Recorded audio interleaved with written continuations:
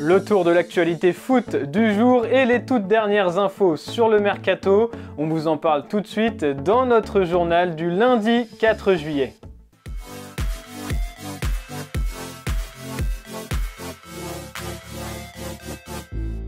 L'Olympique de Marseille a vécu un week-end complètement fou comme seul le club marseillais sait nous en offrir. Tout a commencé vendredi dernier avec l'annonce choc du départ surprise de Jorge Sampaoli. L'entraîneur argentin, déçu par le recrutement pas assez ambitieux selon lui pour performer en Ligue des Champions, a décidé de claquer la porte. Pour l'instant, l'OM n'a recruté que Samuel Gigot et Isaac Touré pour sa défense. Bien trop insuffisant selon Sampaoli qui attendait Renato Sanchez ou encore Antoine Griezmann dans son effectif. Alors 7 ans après le départ mémorable de Marcelo Bielsa, Sampaoli a fait tomber une nouvelle bombe sur la canebière. Une séparation inattendue expliquée par le président Pablo Longoria en conférence de presse. C'est une décision difficile. C'était pas facile ni pour les coachs ni pour le club de nous séparer avec un bon coach et une bonne personne. Ça serait, on a discuté, ça serait injuste pour les prochains coachs de se retrouver dans une équipe construite pour Jorge Sampaoli et se retrouver en septembre ou dans un mois un entraîneur en équipe qui ne s'est pas construite pour toi. Je crois que c'est une question aussi de responsabilité de tout le monde.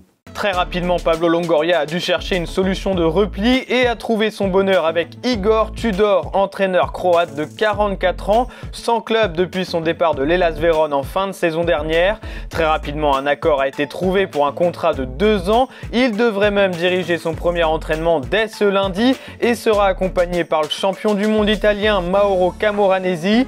Et forcément, cet énorme coup de théâtre risque de bouleverser le mercato marseillais car Pablo Longoria doit désormais satisfaire un nouvel entraîneur. Il pourrait d'ailleurs ramener dans ses bagages plusieurs anciens joueurs de Vérone, notamment Giovanni Simeone, le fils du coach de l'Atlético Madrid, déjà annoncé à plusieurs reprises dans le viseur de l'OM.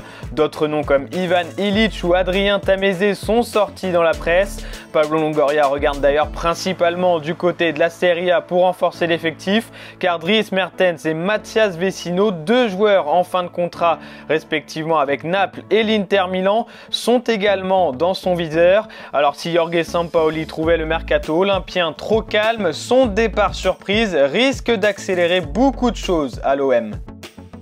Et à Manchester United également, l'heure est au grand bouleversement. Comme on vous l'indiquait la semaine dernière, Cristiano Ronaldo a demandé son départ des Red Devils. Un an seulement après son retour, le Portugais est déçu par la tournure des événements, notamment la non-qualification pour la Ligue des Champions, lui qui n'a jamais raté une édition depuis 2003. Le meilleur buteur de l'histoire de la Coupe aux grandes oreilles était d'ailleurs absent de l'entraînement ce lundi, officiellement pour des raisons familiales. Une réunion était pourtant programmé avec la direction mancunienne pour tenter de trouver une solution concernant son avenir.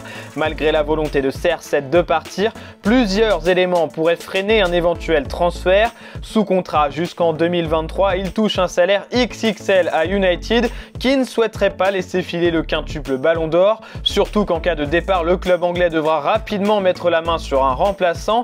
Quelques noms ont déjà commencé à circuler comme Anthony, ancien joueur d'Erik ten Hag à l'Ajax, et Paulo Dybala en fin de contrat avec la Juve. Du côté de Cristiano Ronaldo, aucune piste ne se dégage à l'heure actuelle pour son futur club, mais des intérêts du Bayern Munich, de Chelsea ou encore l'AS Rome de José Mourinho ont récemment été évoqués.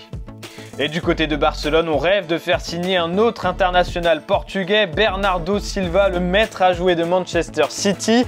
D'après Sport, le milieu de terrain aurait annoncé à son agent qu'il souhaitait rejoindre la Catalogne.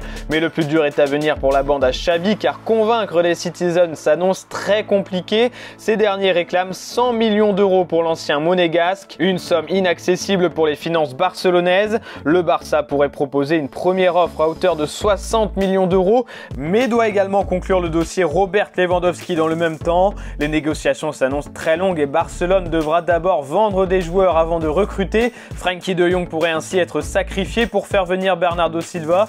Dans le même temps, le Barça reprend l'entraînement ce lundi sans Ousmane Dembélé qui n'a toujours pas répondu favorablement à l'offre de prolongation pour 2 saisons supplémentaires. Et Arsenal tient son nouveau numéro 9. Les Gunners ont annoncé la signature de Gabriel Jesus ce lundi en provenance de Manchester City. Le club de Mikel Arteta a dépensé 52 millions d'euros pour attirer l'attaquant brésilien qui a signé un contrat de 5 ans. Il était barré par la concurrence d'Erling Haaland chez les Citizens et arrive à Arsenal pour remplacer Alexandre Lacazette parti à Lyon. Le transfert de Gabriel Jesus a débloqué dans le même temps celui de Calvin Phillips pour un montant similaire à Manchester City. Le milieu de terrain international anglais s'est engagé jusqu'en 2028.